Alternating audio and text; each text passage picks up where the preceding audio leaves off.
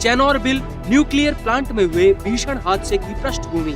दोस्तों, हम आपको प्रकृति की उस अनोखी पहल के बारे में बताने जा रहे हैं कि किस तरह से चेर्नोबिल न्यूक्लियर प्लांट में बढ़ रहे खतरनाक रेडिएशंस का कवकों के द्वारा खात्मा किया जा रहा है।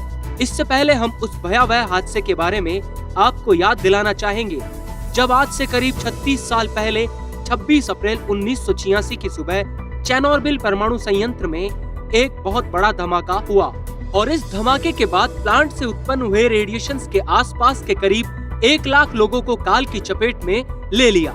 इस परमाणु संयंत्र में हुए अति भीषण हादसे के बाद उत्पन्न हो रहे विकिरण यानी रेडिएशंस का कहर अभी भी जारी है। वर्षों से वैज्ञानिक शोध में जुटे हुए हैं कि आखिर उनकी पीढ़ियां कब ठीक होंगी जो परमाणु रेडिएशंस की शिकार हुई। फिलहाल रूसी सेना के कब्जे में है चेर्नोबिल न्यूक्लियर प्लांट। यूक्रेन पर जारी हमले के दौरान रूस की सेना ने अब वहां के चेर्नोबिल न्यूक्लियर प्लांट पर कब्जा कर चुकी है। यूक्रेन के राष्ट्रपति कार्यकाल के एक एडवाइजर पोडोलियाक ने 24 फरवरी 2022 की रात अपने वक्तव्य में कहा, अब चेर्नोबिल न्यूक्लियर प्लांट रूसियों के कब्जे में है। ये कहना असंभव है कि रूसियों के हमले के बाद चेर्नोबिल प्लांट अब सुरक्षित है। अब ये यूरोप के लिए सबसे बड़े खतरों में से एक है। दरअसल इस क्षेत्र में होने वाली रेडिएशंस पर नजर रखने वाली संस्थाओं ने पिछले साल यानी फरवरी 2022 में अपनी रिपोर्ट में कहा था कि रूसी सैनिकों के चेर्नोबिल परमाणु संयंत्र पर कब्जा करने के बाद से यहाँ पर रेडिएशंस 20 गुना तक बढ़ गया है।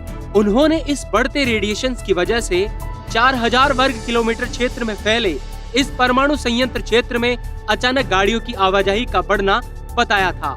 खतरनाक रेडिएशंस के विरुद्ध प्रकृति की अनोखी पहल। खतरनाक रेडिएशन से इतर कुछ वैज्ञानिक वर्षों से एक विशेष प्रकार के कवक का अध्ययन कर रहे हैं, जिन्हें रिएक्टर के अंदर बढ़ते हुए पाया गया। चेर्नोबिल न्यूक्लियर प्लांट में हुए भीषण विस्फोट के 5 साल बाद यानी 1991 में पहली बार ये विशेष कवक पाए गए थे। आपको ये जानकर हैरानी होगी कि ये विशेष कवक रिएक्टर की उन दीवारों पर पनपे हुए पाए गए जो गामा रेडिएशन से भरे हुए थे। वैज्ञानिक अपने इस शोध से हैरान थे कि आखिर कैसे इन विकट परिस्थितियों में विशेष कवक बचने में कामयाब रहे।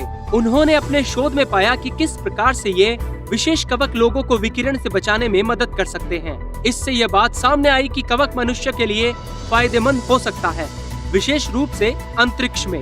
वैज्ञानिक रिपोर्ट के मुताबिक जैसे ही विकिरण इनकी ओर बढ़ते हैं, कवक इन्हें अवशोषित कर लेते हैं। जानकारी के मुताबिक इस कवक में बड़ी मात्रा में मेलानिन के पिगमेंट मौजूद हैं, जिससे हानिकारक रेडिएशंस को अवशोषित करने में मदद मिलती है।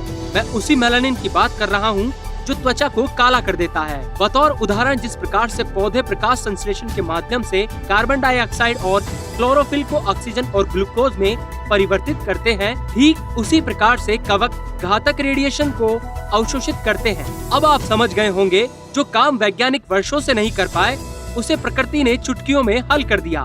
यह उस क्षेत्र के लोगों के लिए खुशी की बात है कि किस प्रकार से विशेष कवक वहां फैल रहे घातक रेडिएशंस को अपने में अवशोषित कर रहे हैं। इस तरह के और अपडेट के लिए कृपया अपने एयर न्यूज चैनल को सब्सक्राइब करें और जब भी कोई नया वीडियो अपलोड हो तो तत्काल सूचना के लिए घंटी आइकन पर क्लिक करना न भूलें। चेर्नोबिल न्यूक्लियर प्लांट के घातक रेडिएशंस को जिस प्रकार से कवक अवशोषित कर रहे हैं, इसे प्रकृति का करिश्मा ही कहा जाएगा। आपकी क्या राय है? कमेंट्स में हमें जरूर बताएं।